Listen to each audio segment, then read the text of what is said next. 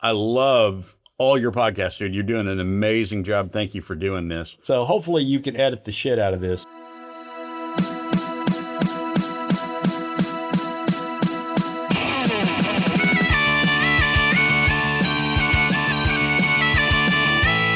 This is COYB the Podcast. The podcast by and for the owners of the Caledonian Braves. Join us each episode as we dive into the stories, passion, and people behind Scotland's most forward-thinking football club. We'll talk with owners, fans, players, and staff about what it really means to be brave. So grab your merch, settle in, and let's get started. Welcome to COYB the Podcast, the unofficial voice of the Caledonian Braves, where owners become storytellers and the global football community meets and talks all things Caledonian Braves. I'm Hunter Ekval, your host and one of over 8,500 fellow Braves owners worldwide, bringing you behind the scenes of the people shaping the future of football, because together we got power. My guest this episode is my friend who I met at Owners Weekend and fell in love with, Jay Markunas. How are you, sir? I'm great, Hunter. Thank you for having me. What an incredible job you're doing. We really appreciate you doing these podcasts just to get to know the owners a lot better. It's awesome. Yeah, it's been great. I've had a great time talking to people and just learning things that I didn't know about people. Yeah. It's been amazing. Okay, so for people who may not know you yet, how would you introduce yourself? I live in Austin, Texas. I grew up in Texas. And I grew up in a little town called Killeen. Now, it's not little anymore. Killeen, Texas. And it was dreadful. It's a giant military base. They say the largest mobile base or largest armored base in the free world is Fort Hood, Texas. My mom was a principal or an assistant principal at my high school. So that is a double-edged sword. I had diplomatic immunity to wander the halls anytime I wanted to. But when I threw my senior party at my buddy's property, made 500 flyers for that party in high school, she had 400 that ended up in her office in a box, and in her mailbox in her office. And she was mortified, like, oh my gosh, because she had been a teacher I think she was a teacher for 34 years. And then at the end of her career became the principal. But I could get away with anything, but that also meant that I couldn't get away with a lot of stuff. So Killeen was, it wasn't bad. And then I ended up in Houston, and I stayed there from 1989 to 2005. And so I lived in Houston a very long time. And in 2005, the job market was not doing well. So moved up to Idaho, Sandpoint, Idaho, which is 70 miles from the Canadian border. Beautiful, amazing summers. I mean, our summers down here in Texas are July and August are brutal. Up there, it was 60 degrees in the morning, at night, 75 in the afternoon. It was great. And the winters weren't bad either because we were in the mountains. So it caught all the snow or caught all the ice. And so we drove on snow. So that's not, as a Texas boy, that was hard for me to figure out, but it's like driving on sand. So 2007, we were only there a year. 2007, I moved my family back to Austin. I've been here since then. My mom was also a teacher and administrator, and her friends were always my teachers. So I would try and do something, and then I would get a call like, hey, stop doing what you're doing. Yeah, that's the problem. I mean, my high school had 450 in the graduating class, and I knew you're exactly right. I was popular, but not for the right reasons. I was popular because my mom was popular. And so I did hang out with the football players, and, the soccer players were always the, it's an old term now, the yuppies, the preppies. I don't know what they call them now, but they were always those guys, and the football players were a little more down to earth. Football, American football in Texas is king, right? So every Friday night we're at the stadium watching the Killeen Kangaroos take on whoever it was. Temple Wildcats were our biggest rival. But anyway, that was back in high school, and then it wasn't as dreadful as if I look back now, it probably wasn't as dreadful as what I thought it was when I was there.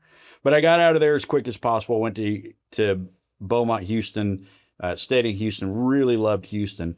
And that's kind of where I started my career. And I've been in technology my entire career, since I was, right out of college, and kept moving up. And then about, I want to say 2007, I found sales. And I knew I figured out I could take my experience in technology into the sales organization. And then I could start talking to people about the problems that they're having in their own companies because I had experienced it. So it makes it a lot easier for me to go in and talk to folks and say, okay, here's what you're trying to accomplish. Here's how software can help you. So I work for a big software company headquartered out of California called ServiceNow. We're in most of the Fortune 500s. And if I boiled it down to what we really do, like made it really simple, if you think about IT service management, so my computer at my desk is broken, or I lost my password, or my account's locked out, it's usually our software behind the scenes kind of handling those ticketing and that routing. And then we're now using AI. We have our own AI model, and we use AI to kind of go fix all that stuff. So it's blown out from not only I've got problems with my computer or my cell phone, it's now into we're being attacked by hackers. Letting AI realize that, and then it goes out and shuts down the ports that those hackers are trying to hit. And that kind of helps. And so that helps all companies with cybersecurity and things like that. So it's been an incredible journey. I've been in HR technology, so human resource technology, for all of that, basically. And that's my specialty at my company. So I work with firms like Accenture, KPMG, Deloitte, EY, and I teach them, or I work with them to sell our software and package it and go out and make millions of dollars. And we make, hundreds of thousands of dollars. They make millions of dollars. So I always say this, I've worked my entire life to be in this job that I'm in. I love my job. I love going to work every day. We have 2 offices in London. And so I'm over in London every once in a while, and I can work from anywhere. We have a work from anywhere policy for 30 days. I'm going to execute my work from anywhere for 30 days and go out and hang out in the UK for a month. So, well, that sounds awesome. Yeah. And I was at I first went over there in June of 2024 for a meeting, and I just never wanted to go to London. That wasn't a thing I wanted to do. There were other places I wanted to see, but I fell in love with it. And I've been back to London many, many times, and the UK. I've kind of experienced some of that, and really and I've been up to obviously Glasgow and Wrexham. I've been to Wrexham, so that's been very interesting. But the best story I've got out of this whole thing is I was in a pub in London in November of 2024, and I saw a girl with a phone case across the bar, sitting at the bar by herself, drinking a Prosecco. And I saw her, she had the same phone case. And I looked at my buddy and I said, hey, I'm going to go talk to that girl. And I walked over and I threw my phone on the bar and I said, nice phone case. And she goes, oh my God. So that girl is now my girlfriend. And we've been dating since about July. We made it official more in July of 2025. So. Well, congratulations. Yeah, thanks, man. Thanks. That was a smooth pickup line, too. Worked well. And as someone who has driven through Killeen a number of times going from Dallas to Austin, I know that there's a Starbucks there, and that's the only reason I would stop in Killeen. So I feel your pain. That would be it. Yeah, I'm trying to think what else you'd go there for. I went to the Bell County Expo Center one time, saw Robert Earl Keen and Charlie Robison. Wow. Robert Earl Keen. Now, I know some Robert Earl Keen. I don't know Charlie Robison. If you heard a Charlie Robison song, you'd probably recognize it. Can you hum a few bars? It goes bar light, bar bright, first bar that I see tonight. No. This isn't that kind of a podcast, Jay. Darn. Yeah, I like London too. My wife and I were coming back from Germany from our honeymoon. And we had a layover in London that was like, hey, your flight got canceled. You're going to have to be in London for 24 hours. And we're like, can we make it longer? Can we make it a couple days? The first night we were there, she wanted to go have fish and chips at a London pub That was like her one thing she wanted to do when we were in London. And so we walked to this pub, and as we're walking, I'm like looking in the windows, and I'm noticing everyone's watching TV. Everyone. And so we get to the pub, and the pub is completely packed, and they're all watching TV. Yeah, it's the final for the World Cup. Oh no. I was like, honey, this is the worst time to go to a pub and try to get something to eat. But we stayed there, and we had our fish and chips, and we watched the end of the World Cup. Yeah, they're the pub I hang out at in Paddington. I've become friends with the owner, and there's a regional manager for the beer distributor. He and I go to Wrexham games. The owner and I are good friends, and I know everybody that works there. So that's my kind of local pub that I hang out with. He will not show sports. He doesn't show sports except the World Cup and the the Six Nations Cup, whatever just happened recently. He'll show those two, and that's it. Maybe some rugby. But those are the only things he shows. So his TVs are small. It's not packed. It's a real kind of nice feeling little pub when you go in. I honestly it's one of the most endearing things about the UK is the pub culture. The pub culture is amazing. I mean, just to go and hang out.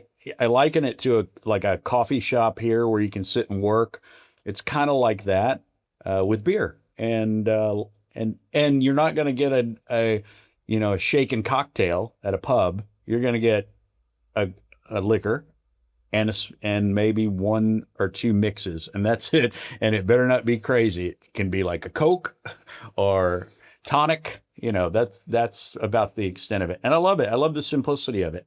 Very interesting. Again, pub culture is king over there. And I think that's what endeared me to being over there so much, and work, and I became a fan of some of the local teams in London. So, our a local team in London, not some of them, only one of them. So yeah, I love that culture. Yeah, me too. It's like the community has a living room. Yeah, exactly. What's something people might be surprised to learn about you? I was in seventh grade. I was in seventh grade. So I worked in the state capitol. I had my suit in my state representative's office, and he would let me change in his office, and then I'd go to the floor of the House of Representatives, and then I'd run errands for the reps on the floor. So there's a little button, or they used to have a little button, and they'd push, and there's a board that was right behind us, and it would light up on the floor of who's calling you. And you'd run out and you'd go, yes, Representative Henry, what can I get for you? And he'd go to the Reagan building and make me 500 copies of House Bill 72. And so I'd go over to the Reagan building, run copies, come back, bring him 500 copies. Or my best one was my representative, Stan Schleter is his name. He would say, one time he did this. And again, remember, I'm in seventh grade. I'm way underage. He'd go to the basement and get me 2 cans of Copenhagen and bring them back to me. Because you could dip on the floor and back then in the 80s, it was no big deal. So I'd go down there. They wouldn't even question me. It's like for Representative Schleter. And they go, okay. So I'd grab it and go take it back up to him. So it's just those little things. What you would know as a page but we had a better name in the House of Representatives. They called us sergeants at arms. So I was the youngest sergeant at arms in the Texas Capitol history up until that time. And I was unpaid for most of that time. They finally did pay me at the end of it, but I was unpaid for most of that time, but it was such a great experience. I had a book that I carried around. I'd have to know every representative's name and face. So when I saw them, I would be able to greet them. I'd have to know what party affiliation they were with. I'd have to know where they were from, or what district they were from. And it was such a phenomenal, experience. It was such a great experience to just kind of be that close to lawmakers. And Billy Clayton at the time was a Speaker of the House. He'd come over to my house, and because him and my mom were friends, she was the president of the Texas Classroom Teachers Association. And so she was doing, she was trying to get this thing called the career ladder implemented in Texas, which is now in place, which means as you go through and you get more experience, you get more pay. And so they passed that under that while she was the president there. And so we would be meeting with, or she would be meeting with the representatives, and Billy Clayton would come over to the house. He was from West Texas, so my mom had to go to West Texas. He goes, let's just take my plane. So they'd go on his plane out to West Texas. Anyway, it's a fascinating time to be a kid in Austin, Texas. That is fascinating. Any other fun facts about yourself? I am big on communication. So in my job, I do a lot of communications. So I have a graduate certificate from Harvard in communications, and it's a certificate. It's not a degree from Harvard, but I did buy a T-shirt. But I've only set foot on the campus once. But I really study communications. And then I ran across this guy who does a podcast, and he is a hypnotist. And so I'm like, oh, wow. And I started listening to some of his stuff. It was called Brain Software. It had the word software in it. And I'm like, oh, that's cool. Brains and software. I want to check that out. So I started listening to his podcast, and he turns out he's a hypnotist. And he's been doing it for 40 years or 50 years. And he's got lots of energy. And I started listening to him. I'm listening to the language patterns that he's using. And I'm like, that is like the pauses, the long drawn out, the way he calibrates to his audience. He would talk about calibration. You're watching somebody's eyes, and when they start to glaze over, you're losing them. So do something to get them back. It's all hypnotism, right? But it's all communications at the base level. So I became a certified hypnotist. I couldn't hypnotize you to save my life, I don't think. I probably could to save my life, but I don't know that I could. I use the language patterns when I talk to customers, when I'm speaking with people. I watch eye movements. There's something called a blink rate. So I really got really deep into it and started following a guy who's a former CIA operative who talks about how you read body language. And so I do it naturally now, but I studied it for a while just to kind of figure it out. And it's fascinating. And it really does help me in my job, because when you're losing an audience of, 50 people or 10 people or one person, how do you get them back? What brings them back to you? So there are a lot of techniques that are just inherent now, right? That muscle memory now. But there are a lot of techniques that you can use to bring them back. And, it could be as simple as a clap. I know that's going to sound terrible on the podcast. It could be as simple as a clap or a pattern interrupt. But that's something that people would be interested, maybe not interested, but hypnotism. I'm certified hypnotist. Well, I think that's incredibly interesting. We might have you get up and do some tricks whenever. Tricks, yeah, a show. Maybe we'll do a show. Do a show. Bring the lads up on stage and make them bark like a chicken. Yes. Yeah, exactly. That's a numbers game, by the way. When the hypnotist is bringing people up on stage, you see they bring up about 30 people and they whittle it down to maybe 10. They're looking for people who are playing. They're not really doing it. They're not enjoying. They get rid of those people. So those 10 people are people that want to be there. First of all, they're most of those people that are on stage are people who want to be kind of show offy, right? They're not for me. I'm not a show offy kind of guy. I like to sit in the audience and watch the show, but I don't want to be embarrassed. I hate to be embarrassed in front of a crowd of people, and that's kind of, and not that they're embarrassing the people. Honestly, they're not, but they're kind of that poking fun, make everybody act like they're cold and sleep on your neighbor. And, you just wake up and he feels like she's pinching you, and, watch them get mad at each other. It's a lot. It's fun, but I don't think I could pull a show off like that. I've seen a couple of shows like that and they're amazing. Those hypnotists are amazing, but it's a numbers game. I would have never guessed that, but you're right. Using body language and speech patterns to get people comfortable, or you can tell when their attention's, I'm sure for sales, that's invaluable. Exactly. Because a lot of the stuff I do a lot of presentations in front of big CEOs and CHR, chief HR officers, chief information officers. I do a lot of presentations. So you don't want to lose that crowd, and that they're got 2,500 things that they're thinking about at the same time. So you want to keep their attention. But you're right. It's phenomenal in sales. My friend, you're an onion. There's just layers, There are. layers and layers. Oh yeah, I smell like an onion sometimes. You're right. Who or what has had the biggest influence on you?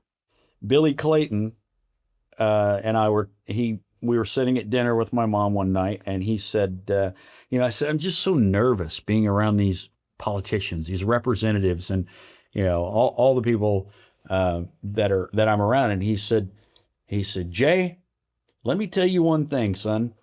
They put on their pants like you do every morning, one leg at a time. And ever since that, authority figures that kind of took the sting out of all that. And I'm like, oh, you know what? They're just people. They're putting on their pants one leg at a time. So it kind of brought it to a level where I can talk to anybody. And in my job, I have to talk to CEOs and I have to talk to very technical people. So I can talk to any of them. And I think that was some of the best advice I've ever given. It's just, they're just people, man. They're just people. But, the one, I will say the biggest influence, the stuff that was my biggest influence. The stuff that I still use today, I'm a huge Big Lebowski fan. And every day I fire a new Lebowski line at people all day long, and they may or may not know.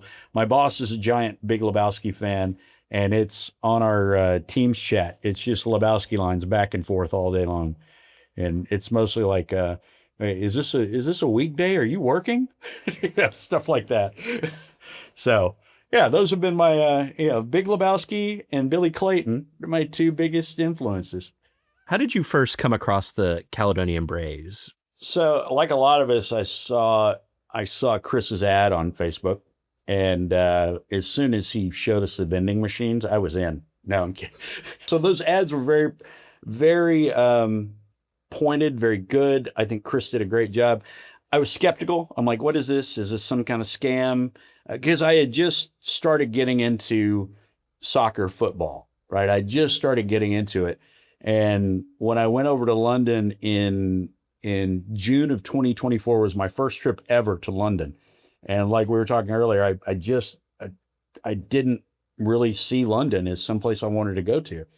So I went over in June of 24. I'm like, this is amazing. This city's amazing. I did the bus tour, the double-decker bus tour, and kind of got my lay of the land, and then went around. And then I started really, really digging into soccer. And about the same time that was happening was I was watching Welcome to Wrexham. Don't forget where you came from. Don't forget why you're made of. The ones who were there, but no one else would care. And I was always a guy who made fun of soccer. I'm like, how can you have a game end in 1-1? That seems ridiculous. And if you want Americans to like this game, make every goal 7 points. So if a game ends in 7-7, okay, that's great. Yeah.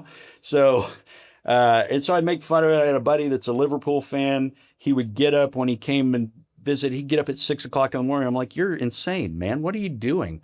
Now I find myself getting up at 6 in the morning for some games. So I really, but basically I was poo-pooing the whole soccer, the whole thing. I'm like, these guys are out there just running around. There's no structure to it.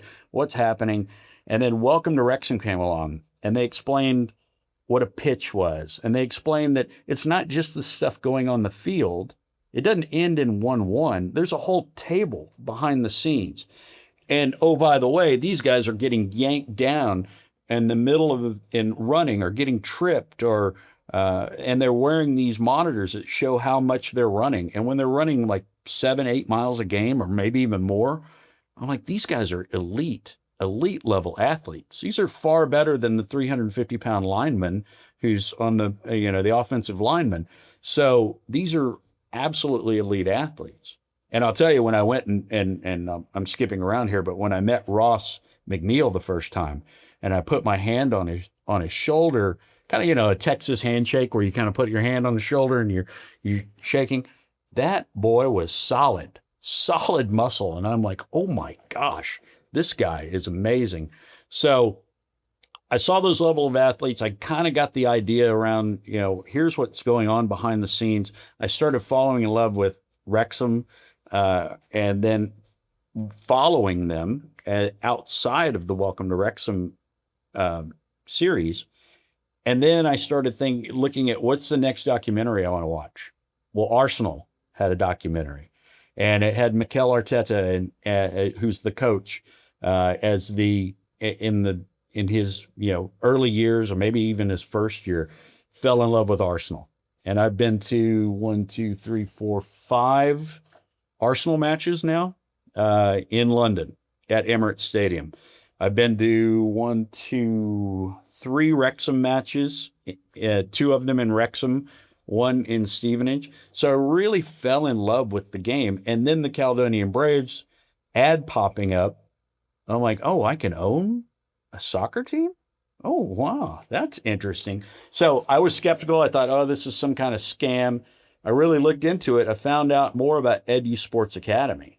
And when I found out about Edu Sports Academy, I thought, wow, that's really cool. There is a path for somebody who comes out of academy to go in to play professional soccer or football. And well, I'm going to call it both, soccer, football, doesn't matter. But they play professional soccer. And there's actually a path that they could get into the Scottish Premier League. Wow, that's pretty amazing. And then I saw the vision, the mission, and that's what really sold me on it. And when you hear Chris talk about in the ad, I think he talked about 10 years, the goal is to be in the Scottish Premier League with the Caledonian Braves. Like, sign me up. And it wasn't about the return on investment, right? It is an investment. Now, that'd be great if we made tons of money off of this. That's not my purpose. My purpose is these young lads who are able to come over, a lot of them from France, learning English and learning the Scottish culture, and then getting into playing. You had me. You sold me. Once I made sure everything was legit on the up and up, went through the WeFunder, did my research, I bought. And then I told my sister about it, who lives in Maryland, and she and her husband became owners of the Caledonian Braves. So, and we were all at Owners Weekend 1, where we all met. And I don't think she lives too terribly far from you. In Maryland. Yeah, no, not far at all. We met them at Owners Weekend. My wife had a lovely, long conversation with your sister, but we haven't gotten the chance to meet up with them yet. We haven't done a DC meetup yet. What was your first impression of the Braves? So when I first saw them online, I'm like, oh, this is interesting. That's, and it was a lot of fun to watch them, but I didn't know that much about them, right? And I just kind of started watching them. I'd invested. I was watching them a little bit, but I wasn't there every week kind of doing stuff. And then Owners Weekend 1 really kind of brought it all together. After that, I thought that we were all going to be on our own trying to get out to Alliance Park. I thought it was going to be kind of, I'm going to say half-assed put together. It blew me away. We had the motor coach. We had a great presentation by Chris and Ricky and Ross up there answering questions, Ross McNeil answering questions. So it was really cool just to meet everybody, put faces to what we've been watching. And so my first impressions were, okay, this is interesting. And then Owners Weekend 1 really brought it together. And so, I liken it to, I was thinking about this. I have a group of guys, we're in a fantasy American football league, and we've been doing it for 30 years. And every year, opening weekend of the NFL, we go to a different stadium, get tickets, and we have an Owners Weekend and go watch the match or go watch the football game. So I kind of liken it to that. It's like, hey, we're doing it at the end of the year every year, but this is great. This is like this is what we live for. The rest of my fantasy football group, the year, you want to win, you do your best, but really it's all about the gathering. And that's what really brought it together for me, is the gathering of people, watching the videos come back, when with Keith and Adam doing the videos, watching those come out. I was lucky enough to be featured on one of those, not featured, but, part of one of those. And so I really liked the professionalism that the whole club had put together. I didn't expect that. I honestly didn't expect that. I expected a 5th-tier Lowland League Scottish football club that plays at a shared park to not be as well put together as it really was. So that's a testament to Chris and the staff of what they've really done to put that together. And you know, I got shout out to Davey, of course, because Davey was just couldn't have been a nicer person. Couldn't have been a nicer person. So, and all the owners that we met was just amazing. Okay, so you're obviously a soccer fan or a football fan. What are the other clubs you follow? And how does Braves fandom compare to the other clubs you follow? You said Arsenal, you said Wrexham. Are those your two? So what are your teams? So I would say professional league. So I kind of break them down into leagues because, you know, the English pyramid of relegation and promotion is fascinating to me. I love that. So I follow Arsenal in the Premier League. They're top of the league this year, possibly going to win the league. This episode was recorded a few months ago, so spoilers coming up ahead. The Gunners have wrapped up an incredibly hard-fought victory here. Oh, what an end to the game. Absolutely delighted for him.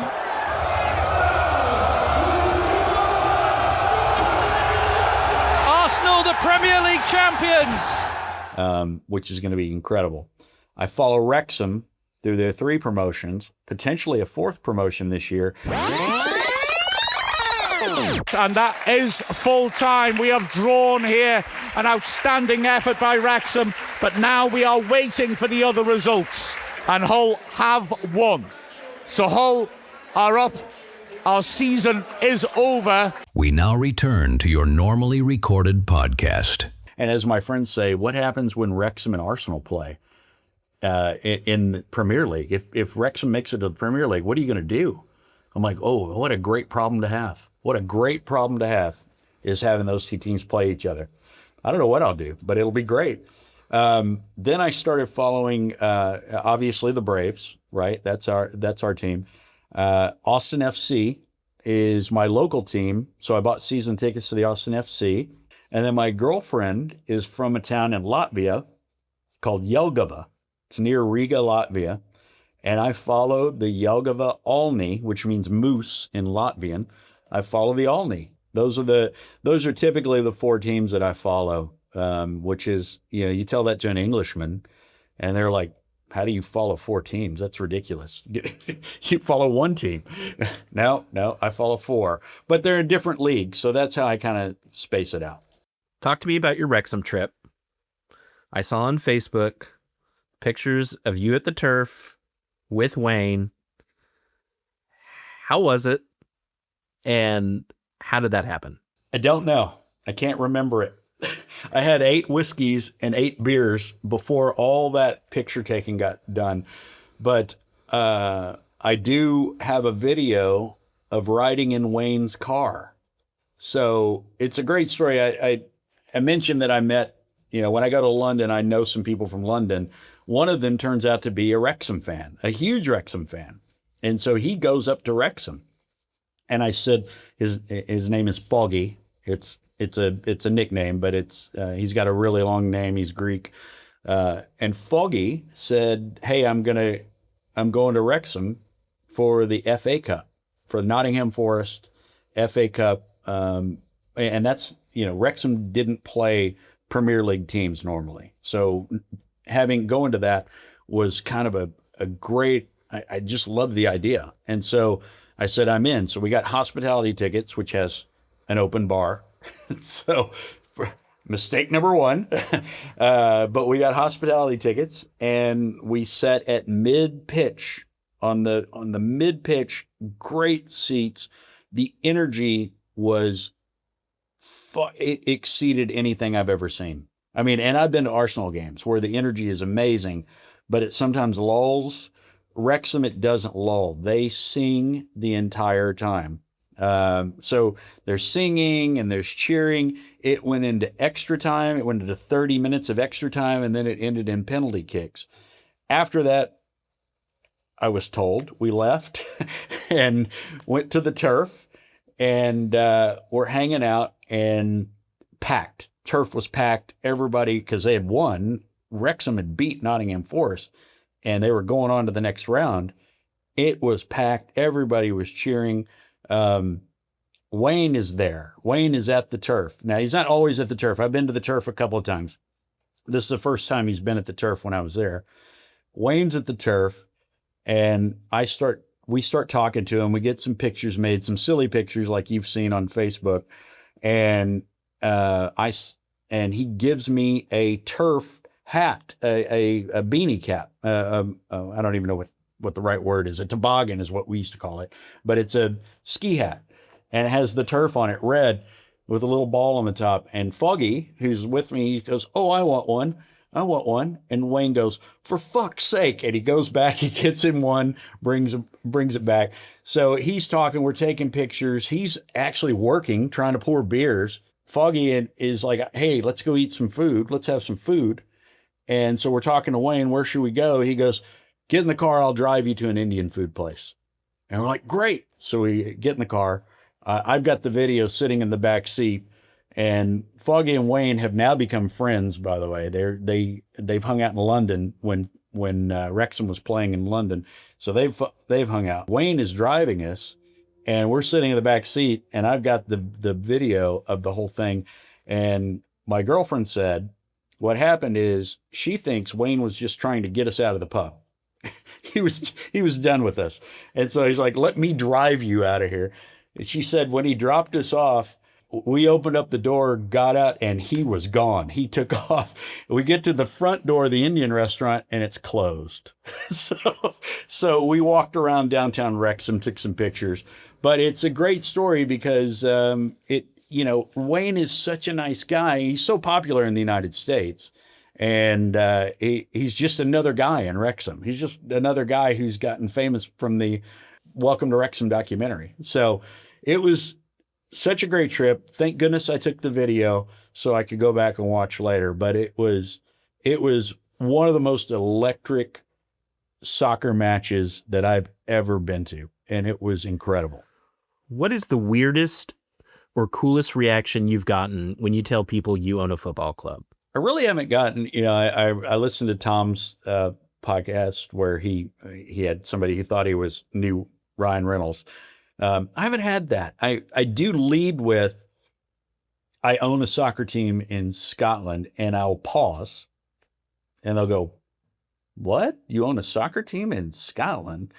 I'm like, yeah, I own a soccer team in Scotland.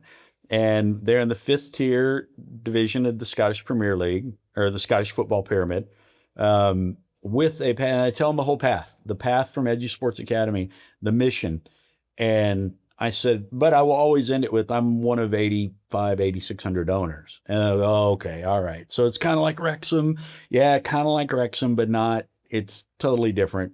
And but it's usually the disbelief or the, "Oh, you must be rich if you own a soccer team in Scotland." No, neither are true. But I love the disbelief, and I love the kind of just pause after, "I own a Scottish football team in Glasgow." And so there's really been no like, "Oh my God," it's more of disbelief. And it's just a lot of fun to say, "I own a soccer team in Glasgow." It's so much fun. Yeah, I love the confused look on people's faces whenever I say something like that. Like, "Oh yeah, I own a soccer team." Have you gotten any weird reactions? What's the weirdest one you've had?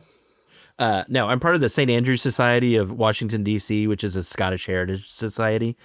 And I got to talking about it because Doug Lucio, who's also an owner, is in the society as well. He had me talking to a couple of other people, but it was like, "Oh, come on, this isn't real." And I was like, no. I'm making podcasts. I'm talking to players. I'm invested in this team, not just with money, but time as well. Yeah, it's amazing. It's amazing. It's a lot of fun. I mean, we are very fortunate because, we could be investors and silent investors, and that's fine. If that's what an owner wants to do, that's what an owner wants to do. But the fact that you've stepped up and done podcasts, you see Keith jumping in, doing the broadcast. I mean, and Mark and all the stuff he does, Jen, and kind of bringing everybody together. Ed's going to fly the plane someday. He's going to fly the team plane for sure. We're going to get a Braves plane. That's my 10-year vision, Braves plane. And Ed's the pilot. I love it. How can the club better involve and activate its international owners? I think that's a great question because the owner, like I mentioned, it's, some owners just bought in just to buy in, just to say I own it. And that's fine. Great. That if you're that kind of owner, watch the games. Like and subscribe, aren't we? The whole world's in like and subscribe currency now. So like and subscribe and show your support that way, and all the hard work that's going on behind the scenes and all the athleticism that's on the field, all the people surrounding the organization. Everybody looks at Chris and sees him as the figurehead and absolutely setting direction. He's got a whole team of people, a small army, a very small army of people that are behind the scenes that really don't ever get that kind of recognition. So I would say that, for owners, it's really important to do what you want to do what you can do, and do what you want to do. So, for example, you doing podcasts, or, if you're just joining the Zoom party, the Zoom watch party, and just hanging out and chit chatting, and you don't even, and just for those who are a little, cautious about joining the Zoom watch party, you don't have to be on camera. You can turn your camera off. Just listen in. You can have your camera off and go on mute.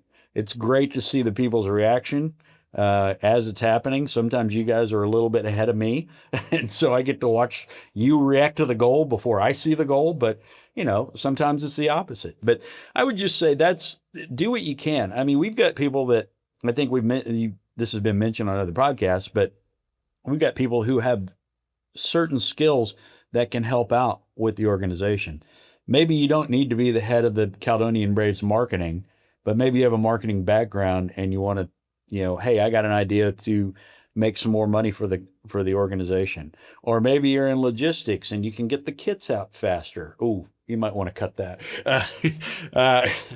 But no, I joke because I know all the problems that went on with the kits. But maybe you as an owner don't have the direct connection to textiles, or the direct experience with textiles, or marketing, or podcasting, or whatever. But you might know somebody who does, who could lend some thought leadership over here. So that's the kind of thing is I think for owners, it's just help out where you can and where you're most comfortable with.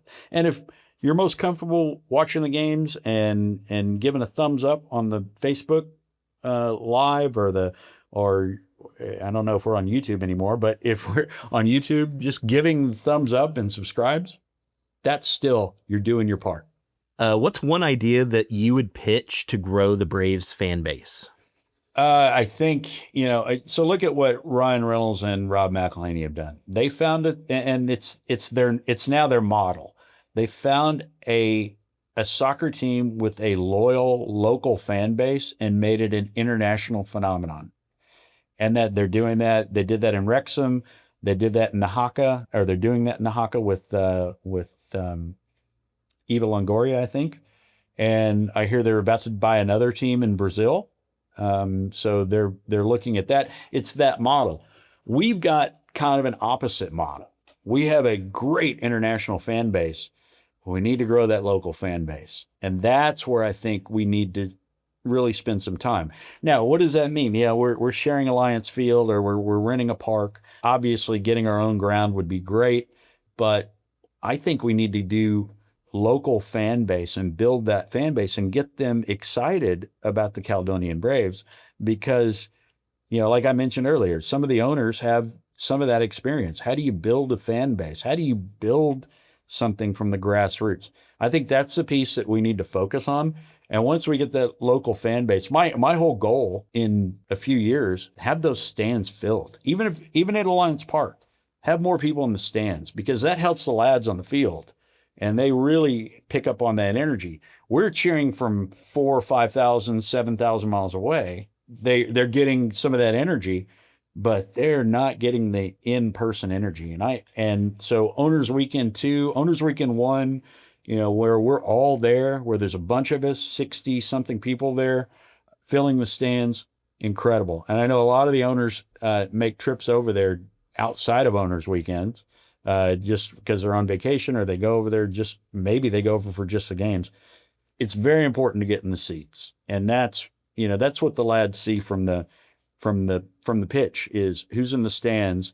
And, I don't know if they're reading our social media comments and on Facebook, but hopefully they are, and seeing that, hey, these guys are doing a great job. So that's really what I'd like to see for us, is to build that local fan base and get that fan base more solid.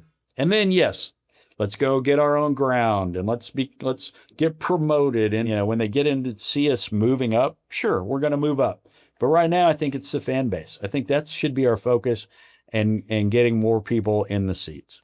What's your proudest moment as an owner so far? Yeah, I'm going to give you a personal one, because it was interesting.